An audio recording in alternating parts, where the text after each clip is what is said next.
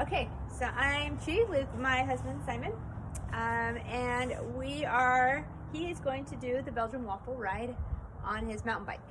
So we're going to walk through and talk about what he is going to do to his mountain bike so that he can do the 140 plus miles on this beast. First of all, why are you doing the BWR on your mountain bike?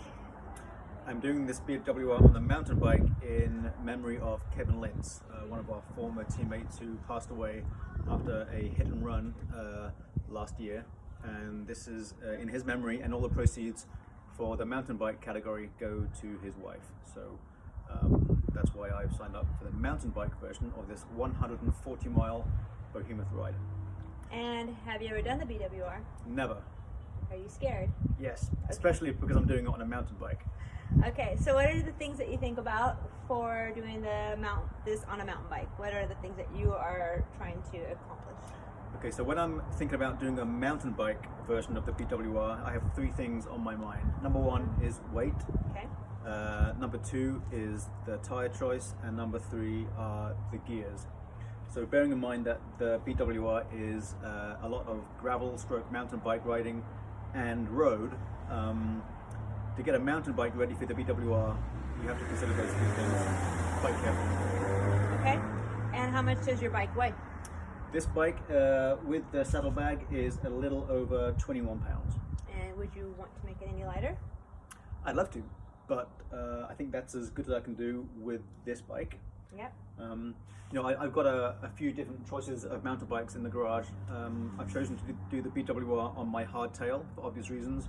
It's the lightest bike that I have, and you really don't need suspension for the BWR. A hardtail will do what you need it to do. And then tire choice? Tire choice is critical. So for the mountain bike category, I'm limited to a tire that's at least 2.0 inches wide or bigger. So I've just put these tires on. I'll show you these. These are very low profile knobs, so they've got very low rolling resistance, and these are the Schwalbe G1 gravel tires, and these are 2.0 inches wide, and these are very lightweight. They weigh about 520 grams each, so as far as mountain bike tires go, they're very light. And what's nice about these is that they have a very round profile, so when it comes to the road sections, they have excellent road properties. Awesome. And then you said gearing. So how Gearing, okay. So this is part of the reason I chose this bike. So this bike, I'll hold it up so you can see, is one of the older style. What's that up, babe? Is one of the older style 2x10s, which is actually perfect for gravel riding. So one of the things with the mountain bikes is most of them have gone to the 1x systems now, the Eagles, which are fine for mountain biking. You've got a lot of low end gear, so getting up the hills is fine. But if you're trying to ride with gravel riders or road bikers, then you're going to run out of top end gear pretty quick with a 1x system. So a 2x10 has the advantages of being a little wider in both high and low end.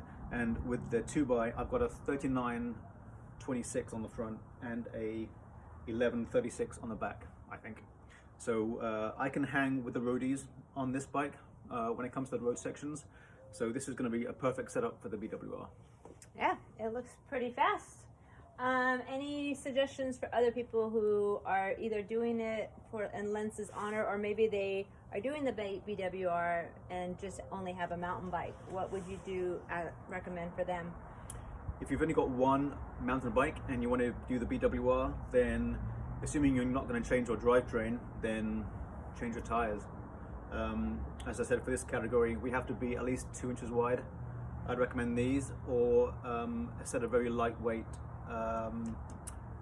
Schwalbes. So, yeah. And any last parting suggestions or anything came up while you were in this process that you would recommend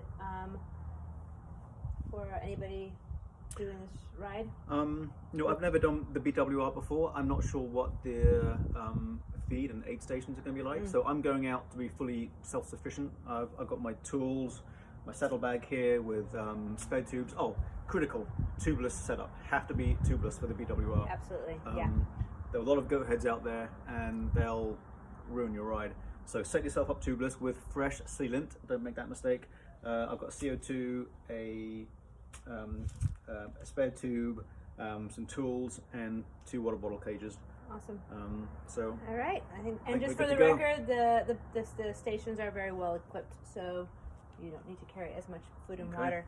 All right. Well, thank you. I hope this was very helpful for those people doing the BWR, especially on a mountain bike, and hope to do more conversations with Simon and tips on riding.